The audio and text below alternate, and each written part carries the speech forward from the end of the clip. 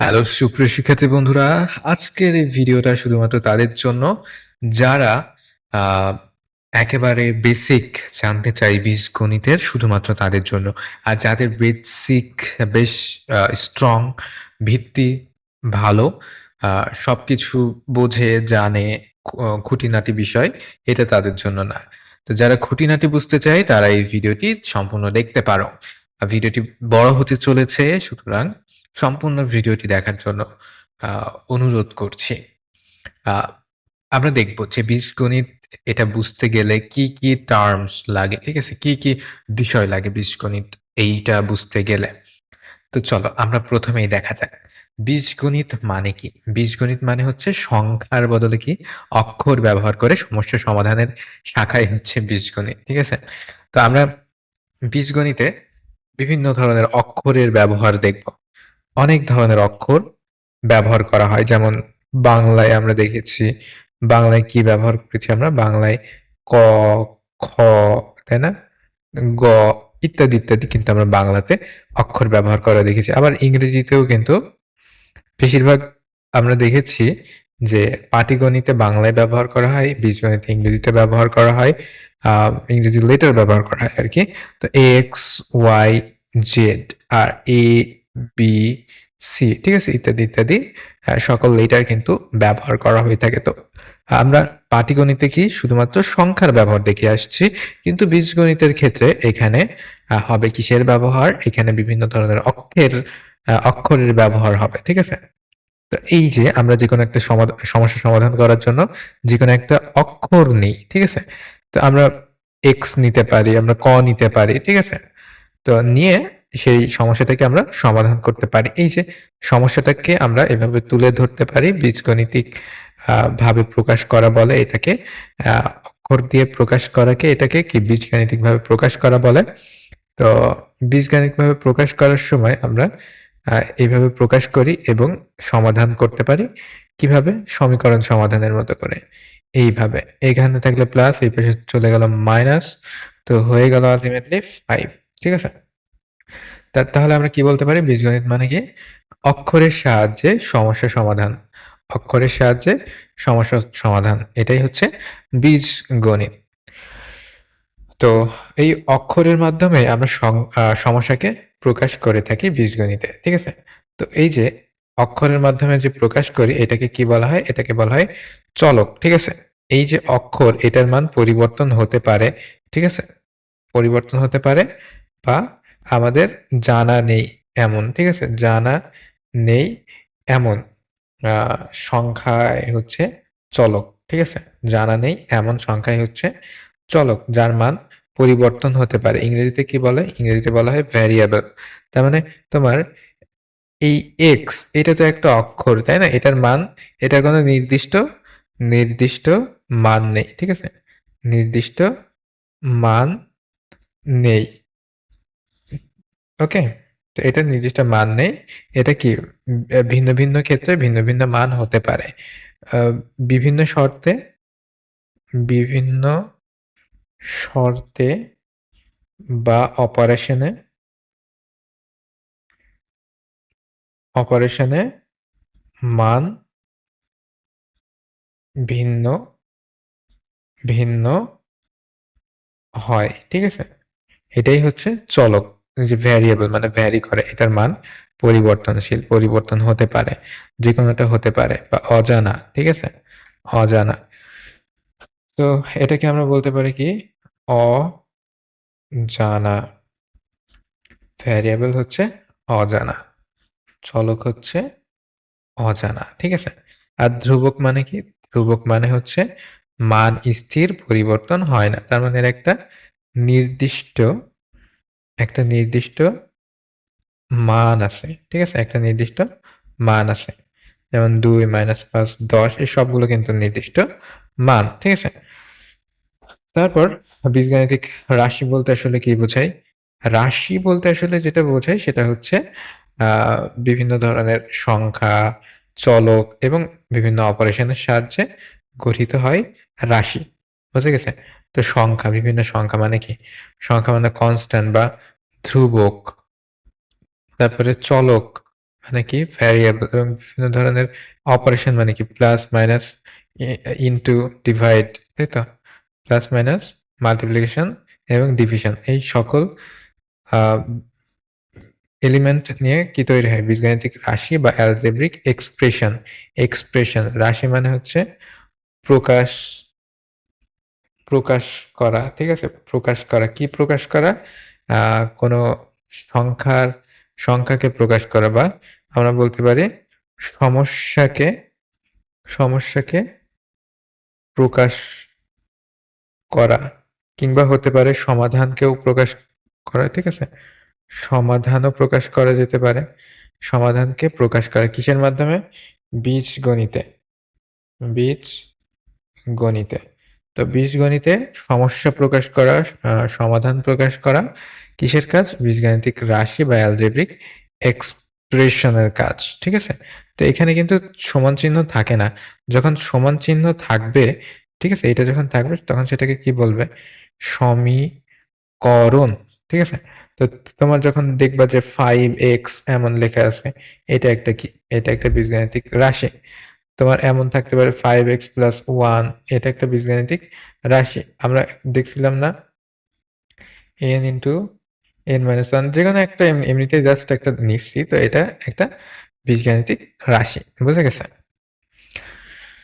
তারপরে দেখো পদ বলতে কি বোঝায়? পদ বা টার্ম, ঠিক আছে?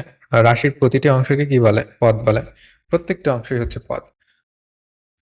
দেখো আমরা রাশি দেখছি না, 5x মাইনাস 1 প্লাস প্লাস মনে করো সি, যাই হোক কোন একটা রাশি, যেখানে এই যে এই একটা রাশি এক্সপ্রেশন, ঠিক আছে? অ্যালজেব্রিক এক্সপ্রেশন, এর প্রত্যেকটাই হচ্ছে এক একটা পদ বা এক একটা টার্ম, ঠিক আছে? প্রত্যেকটাই হচ্ছে এক একটা পদ বা টার্ম। তো এই যে পদ বা টার্ম, এই যে যখন গুণ বা যখন ভাগ আকারে থাকে, ভাগ আকারে থাকে তখন কিন্তু সেটা একসাথে থাকে, একসাথে থাকে, এবং তখন ওইটা একটাই পদ, একটাই পদ।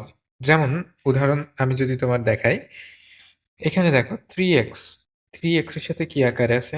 গুণ আকারে আছে, তাই না? 5 মাইনাস 2y, 2y এর সাথে কি আকারে আছে? গুণ আকারে আছে। তো দেখো 3x একটা পদ, 5 একটা পদ, 2y একটা পদ। যখন এই যে গুণ আকারে থাকছে 2 বা ততোধিক বা যাই হোক না কেন, তখন সেটা, সেটা কিন্তু একটাই পদ হচ্ছে, তাই না? গুণ বা ভাগ আকারে যখন থাকছে তখন সেটা একটাই পদ হচ্ছে। যেমন আমি যদি বলি a/b প্লাস 3c, তো এই যে এই একটা পদ, এই একটা পদ, এটা ভাগ আকারে আছে, দুইটা জিনিস, তো দুইটা জিনিস যেহেতু ভাগ আকারে আছে সেহেতু এই দুইটা মিলে একটাই পদ। আর 3 আর c এটা গুণ আকারে আছে যেহেতু এই দুইটা মিলে একটাই পদ। তো এই পদগুলোকে কিসে আলাদা করে? প্লাস অথবা মাইনাস, এটাই পদগুলোকে আলাদা করে বা ভিন্ন ভিন্ন করে, ঠিক আছে? সেপারেট করে। আচ্ছা, সহগ মানে কি? যেটা সাথে থাকে, যেটা সাথে থাকে। যেমন 5x স্কয়ার, ঠিক আছে? এর সহগ কত? এর সহগ হচ্ছে 5, যেহেতু 5 সাথে আছে। 2y, ঠিক আছে? মাইনাস 2y, তো এই যে y এর সহগ কি? মাইনাস 2, এটা হচ্ছে সহগ। তার মানে এক কথায় আমরা বলতে পারি যেটা সাথে থাকে, সাথে থাকে সেটাই সহগ, ঠিক আছে? যেটা সাথে থাকে সেটাই সহগ। মানে সাথে বলতে কোথায় থাকে? আগে থাকে, ঠিক আছে? সাথে মানে আগে থাকে, সেটাই হচ্ছে সহগ। বুঝতে পারছো? আচ্ছা, তারপরে দেখো একপদী মানে কি? একপদী মানে হচ্ছে মনোমিনাল, মানে হচ্ছে একপদী, যার পদ হচ্ছে একটা, সেটাই হচ্ছে একপদী। দেখো এখানে কিন্তু সবই হচ্ছে পদ কয়টা করে? একটা করে, ঠিক আছে? এই যে দেখো গুণ আকারে আছে, গুণ আকারে থাকা মানে কি? সেটা দুইটা, মানে 2-3টা যাই গুণ আকারে থাকুক না কেন, ওই ওই সবগুলো মিলেই একটা। বুঝতে পারছো? এটাই হচ্ছে বেসিক। 5x/y দেখো ভাগ আকারে আছে। তার মানে 2 বা 3 টা যাই হোক না কেন, সেটা যদি গুণ বা ভাগ আকারে থাকে তাহলে সেটা একটাই পদ বা উম টার্ম, ঠিক আছে? তো এই যে এতটুকু মনে রাখলেই কিন্তু হবে। আমি বারবার করে বলছি, গুণ বা ভাগ আকারে থাকলে সেটা একই টার্ম, ঠিক আছে? টার্ম বা হচ্ছে তোমার পদ, হ্যাঁ? একই টার্ম বা পদ। বোঝা গেল? আর এই টার্ম বা পদ কি দিয়ে আলাদা হয়? আলাদা হয় কি দিয়ে? আলাদা হয় প্লাস অথবা মাইনাস, মানে যোগ বিয়োগ দিয়ে আলাদা হয়। বুঝা গেছে? আর দ্বিপদী মানে কি? যার পদ দুইটা, যার পদ দুইটা এক্স প্লাস ওয়াই, দেখছো? এই একটা পদ, এই একটা পদ, যার দুইটা পদ। আচ্ছা বলো তো, A by B plus B by C plus, আচ্ছা এখানে সমান হবে না, সমান হলে কিন্তু সেটা রাশি থাকে না, সেটা হয়ে যায় কি সমীকরণ। দেখো এ বাই বি, এরা কিন্তু একটাই পদ, যেহেতু ভাগ আকারে আছে, তাই না? একটাই পদ। আর এই প্লাস অথবা মাইনাস দিয়ে কি হয়? আলাদা হয়। আর তোমার হচ্ছে গুণ বা ভাগ দিয়ে কি হয়? ভাগ দিয়ে একই হয়। তো এই একটা, এই যে এই একটা পদ, এই একটা পদ, এখানে দুইটা পদ আছে, দুইটা পদ আছে, যেখানে দুইটা পদ থাকবে সেটাকে কি বলা হয়? দ্বিপদী। বুঝতে পারছো? যেখানে দুইটা পদ থাকবে সেটাকে বলা হয় দ্বিপদী। আর ত্রিপদী মানে কি? ত্রিপদী মানে পদ কয়টা? তিনটা।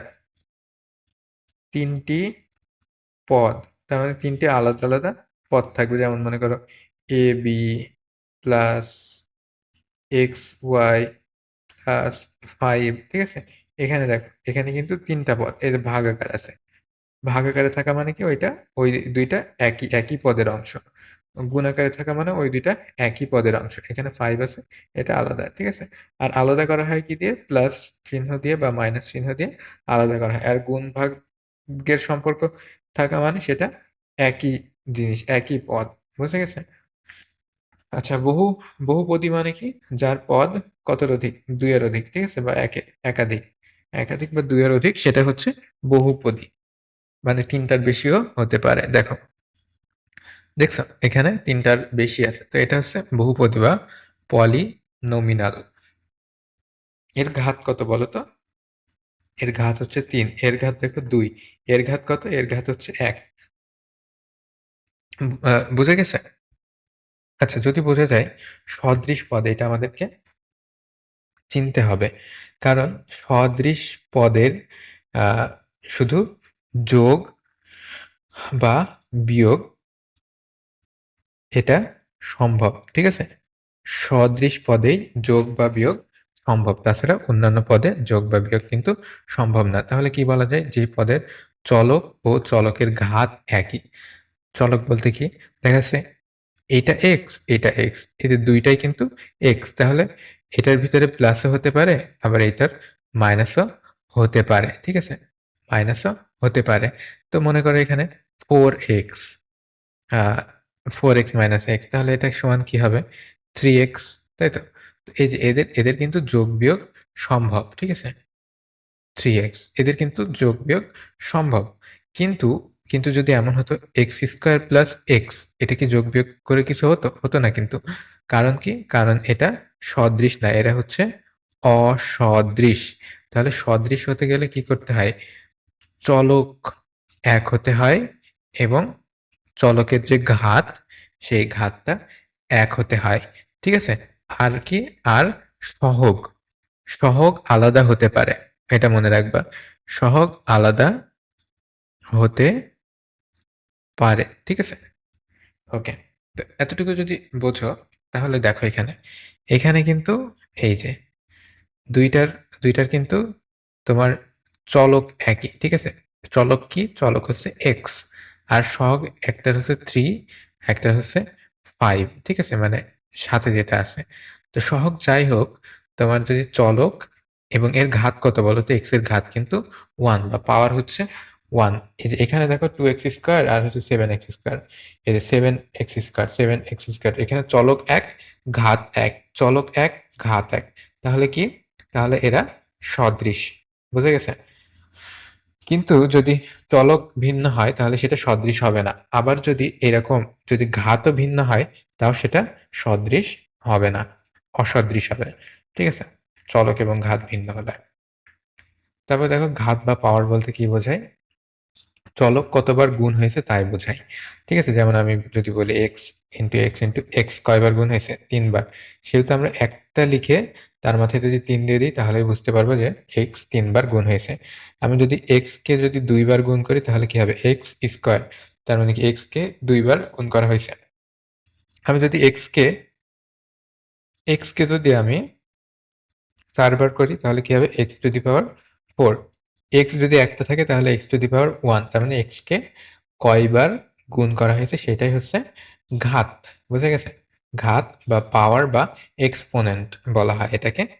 তো অর্থাৎ পাওয়ার যত ঘাত তত। উপরে যেটা থাকবে সেটাই হচ্ছে পাওয়ার, সেটাই হচ্ছে ঘাত। আর বীজগাণিতিক সমীকরণে কি থাকে না? চিহ্ন, সমান চিহ্ন থাকে, ঠিক আছে?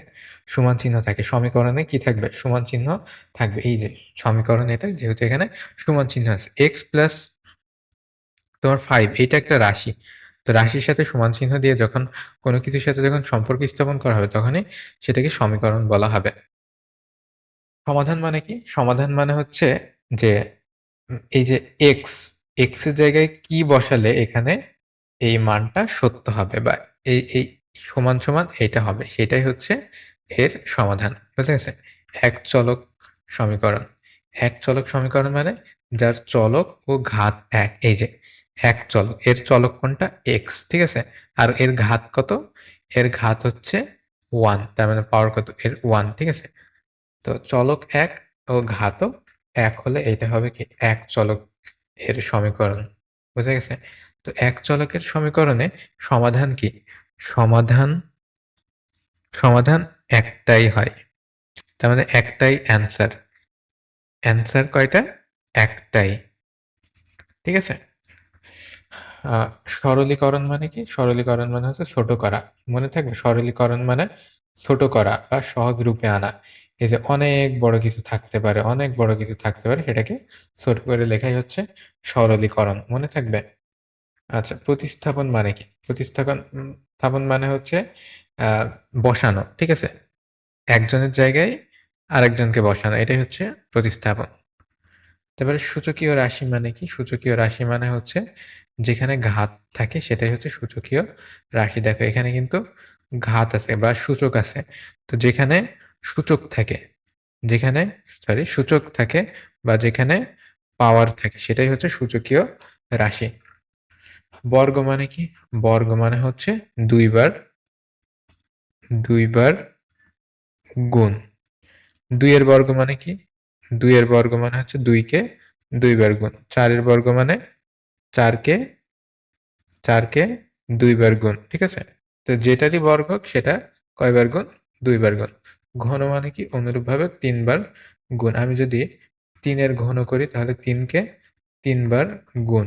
আমি যদি ২ এর ঘন করি তাহলে ২ কয়বার গুণ? ২ ও ৩ ৩ বার গুণ। তার মানে আ যেটা সেটাকে ৩ বার গুণ করাই হচ্ছে ঘন। ঠিক আছে? আচ্ছা। তারপর আ সহগ শূন্য। সহগ শূন্য মানে কি? সহগ শূন্য মানে হচ্ছে তার কোনো সহগ নেই আরকি। ঠিক আছে? সহগ নেই। মানে সহগ যদি শূন্য হয়, আচ্ছা, সহগ মানে কি? যেটা সাথে থাকে। তো যেটা সাথে থাকে সেটা যদি শূন্য হয় তাহলে আল্টিমেটলি অ্যান্সার কত হবে? অ্যান্সার হবে অ্যান্সার হবে হচ্ছে ০। ঠিক আছে? ওকে। ঋণাত্মক চিহ্ন মানে কি? ঋণাত্মক চিহ্ন মানে বিপরীত। তার মানে তোমার যদি 3x থাকে, ঠিক আছে? এর ঋণাত্মক মান কি? -3x, ঠিক আছে? এর বিপরীত মান। তো বিপরীত মান বলতে বোঝায় এই যে ঋণাত্মক। আর সূত্র মানে কি? সূত্র মানে কি? একটা নির্দিষ্ট নিয়মে লেখা। একটা নির্দিষ্ট নিয়মে লেখা। এই যে আমরা কোনো কিছুকে যদি এইভাবে প্রকাশ করতে চাই তাহলে আমাদের এই কাজটা করতে হবে। অথবা আমরা কোনো কিছুকে যদি এইভাবে প্রকাশ করতে চাই আমাদের এই কাজটা করতে হবে। তো সূত্রটা কি করে? সূত্রটা সহজ করে দেয়। সহজ করে দেয় আর দ্রুত আ করে দেয়। ঠিক আছে? দ্রুত করে দেয়। আমাদের প্রসেসটা, আমাদের অঙ্কটা সবকিছু দ্রুত করে দেয়। তোমাকে যদি বলা হয় a plus b into a plus b কি হবে? তোমার যদি সূত্র জানা থাকে, ঠিক আছে? তাহলে কিন্তু তুমি একবারে বলে দিতে পারবা। কিংবা a plus b into a minus b কি হবে? তোমার যদি সূত্র জানা থাকে তাহলে তুমি সহজে বলে দিতে পারবে। যেমন এটার গুণ করলে কি হবে? a square plus 2ab plus b square তুমি সহজে বলে দিতে পারলে। এখানে এটা হলে কি হবে? a square minus b square. ঠিক আছে? তো তো সূত্র হলে আমরা সহজে কোনো কিছু বের করতে পারি বা বলতে পারি। উৎপাদক মানে কি? যেসব সংখ্যা বা রাশি গুণ হয়ে মূল রাশি তৈরি করে। ঠিক আছে? গুণ হয়ে মূল রাশি তৈরি করে। সেই সব রাশি হচ্ছে কি? উৎপাদক।